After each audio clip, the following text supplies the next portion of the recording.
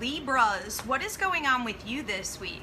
On Monday the 7th, there's talk of a reprieve from a situation that's been burdening you, something that you've been hoping to have a conclusion with, coming to an end, and you feeling some relief, a break, or a breakthrough with that. There's also talk of your head spinning a bit, and I was feeling that for some of you, this feels good. I guess it depends on your personality and where your moon and your rising signs are a lot, but it's almost like some of you are enjoying that, and some of you are feeling like this is a lot going on. I need to stop my head from spinning. So whatever it is, it's symbolic for you of a lot of movement, and I would say that it has a lot of opportunity for you to work with for sure. Tuesday the 8th, Wednesday the 9th, and Thursday the 10th. We have a mutual theme on all three of these days, having to do with you chugging along to your destination. So it would be the symbol of a train moving forward. A symbol of a train also has a lot to do with boundary setting. So you may be saying, no, I am moving full steam ahead. I'm going to have to set boundaries with certain people, certain situations and circumstances in my life. I have to conserve my energy for my goals. And it feels to me like everything is in good working order, even though it's moving at a slower pace than what a freight train would. So that's good.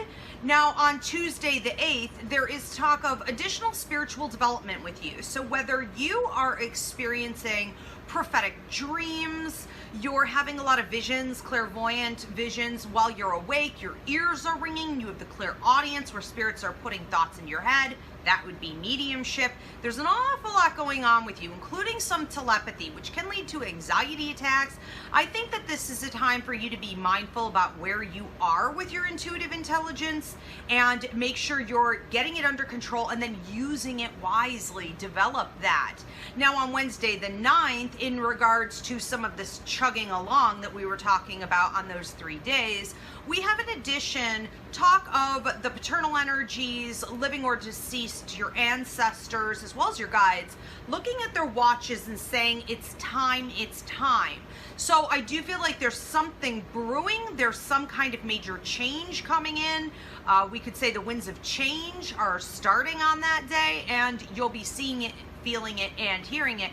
There's also talk on Wednesday the 9th of you needing to start focusing on timing, and this trickles into Thursday the 10th. And what they mean by focus on timing is having a sense of wisdom about when it is you should communicate, about how to go about signing some type of a contract for yourself, when it is the best time, divine timing, when it is the best time to make a move, you know, things like this. And there's a huge difference between going with your logic on timing or going with your intuition on timing. And we could even see that our feelings interrupt and we feel like, okay, well, I'm rushing, or I really want to get this done, or I just want to talk to this person, so I'm going to go ahead and do it, or I really want this house or what have you, so I'm going to go ahead and sign.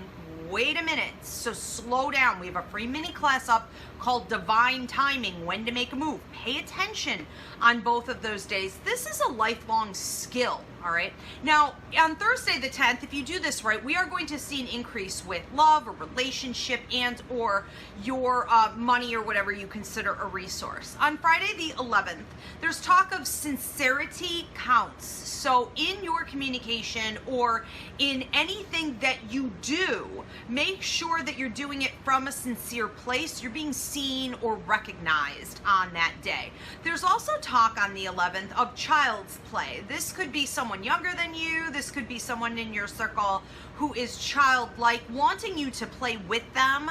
I feel them laughing and wanting you to engage, and you may be being a little too busy or too rigid, focused a little too much on your work, and I think that it's really important to get in touch with your inner child on that day. Saturday the 12th, Sunday the 13th, there's talk of keys being handed to you. Now, keys are a symbol of prosperity, or you would also say you getting access to something that you didn't have access to before. And while this is a promotional symbol, it's also interesting to me that I felt like you already knew that was coming, or you already felt like you had earned that. It's almost like while you didn't have the keys were rightfully yours anyways. And so I don't see you being shocked while it is pleasant. Now on Sunday the 13th, there's talk of you cultivating your harvest and getting ready to take it to market. So we're seeing a breakthrough in the way that, let's say, you know, you were a farmer, you would be able to cut down the corn or whatever, vegetables or, you know, fruits you were growing, and now we have to do the last stages of the work to be able to take it and sell it. On Monday the 14th, there's talk of you needing to get ready for a new place, a new atmosphere, a new time in your life. And for many of you, I felt like that wasn't happening as much as it was you being a little sick and tired of where you are at the moment. So whether this be in your work, your money, your relationship, you know, your atmosphere, your health, whatever it is, there's a sense of wanting to sort of wiggle your way out of that and get to some higher ground. I do feel this coming in for you, but not without some hard work first. Libras, have a beautiful week.